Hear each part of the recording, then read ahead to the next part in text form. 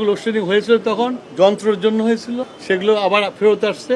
এখন ঠিক আছে, যন্ত্র যদি হঠাৎ করে খারাপ হয়ে যায় তাহলে তো আমার সিস্টেম থেকে কিছুটা পাওয়ার তো চলে যাবে, তখন তো আমাকে লোডশেডিং দিতে হবে। কিন্তু মানে তেলের সংকটের কারণে ধরেন লোডশেডিং হবে এরকম কি? তেলের সংকটের কারণে কোনোদিন লোডশেডিং হয় নাই। আমার যেটুকু লোডশেডিং হয়েছিল তখন যন্ত্রের জন্য হয়েছিল, সেগুলো আবার ফেরত আসছে। এখন ঠিক আছে, তেলের কোনো সংকট কখনোই হয় নাই, এখনো হবে না, কখনোই হবে না। আমাদের যে সোলার যে আমাদের প্ল্যান আছে 5000 মেগাওয়াট মিনিমাম করার জন্য 5 বছরে, সেটা ডিসি সাহেবদের প্রত্যেকটা অফিসে এবং জেলার প্রত্যেকটা অফিসের রুফটপে এটা লাগানোর জন্য বলা হয়েছে। এবং আমাদের ক্যাবিনেট ডিভিশন থেকেও ডিসিদেরকে যা অর্থ দরকার অর্থের যোগান দিয়েছে এবং তাদেরকে অতি দ্রুত 2 মাস 3 মাসের মধ্যে এটাকে শেষ করার জন্য তাদেরকে অনুরোধ করেছি এবং তারা সেই কাজটা হাতে নেবে। হাতে নিলে আমাদের বিদ্যুতের অনেক সাশ্রয় হবে।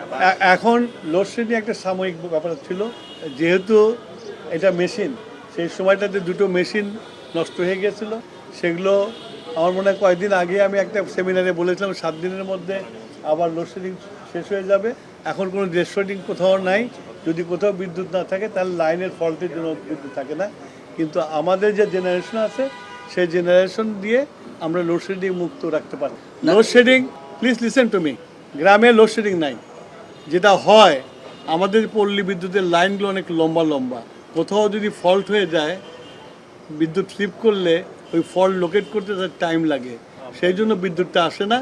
আবার লাইন ঠিক হয়ে গেলে বিদ্যুৎ চলে আসে। কিন্তু সামনে গরম পড়লে লোডশেডিং হবে কি হবে না?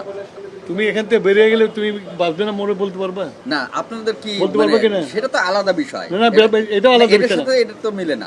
Please listen to me. আমি আগে একটা কথা বলছি, মেশিন যন্ত্র যদি হঠাৎ করে খারাপ হয়ে যায় তাহলে তো আমার সিস্টেম থেকে কিছুটা পাওয়ার তো চলে যাবে, তখন তো আমাকে লোডশেডিং দিতে হবে। কিন্তু মানে তেলের সংকটের কারণে ধরেন লোডশেডিং হবে এরকম কি? তেলের সংকটের কারণে কোনোদিন লোডশেডিং হয় নাই। আমার যেটুকু লোডশেডিং হয়েছিল তখন যন্ত্রের জন্য হয়েছিল, সেগুলো আবার ফেরত আসছে। এখন ঠিক আছে, তেলের কোনো সংকট কখনোই হয় নাই, এখনো হবে না, কখনোই হবে না, because I have sufficient stock এবং আমরা পারচেজ